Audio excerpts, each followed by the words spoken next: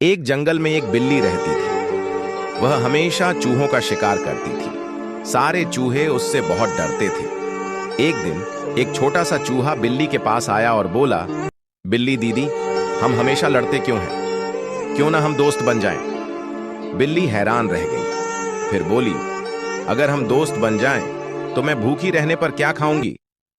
चूहा मुस्कुराया और बोला, हम दोनों मिलकर खाना ढूंढ लेंगे। तुम मुझे नहीं खाओगी क्योंकि अब मैं तुम्हारा दोस्त हूं। बिल्ली हंस पड़ी और बोली, ठीक है, आज से हम अच्छे दोस्त हैं। फिर दोनों साथ में खाना ढूंढने लगे। चूहा जमीन से अनाज के दाने लाता और बिल्ली पेड़ों से फल तोड़कर लाती। दोनों मिलकर खाते और मस्ती करते। धीरे धीरे जंगल के सभी जानवर उनकी दोस्ती देखकर खुश हो गए। अब न बिल्ली अकेली थी और न चूहा डरता था।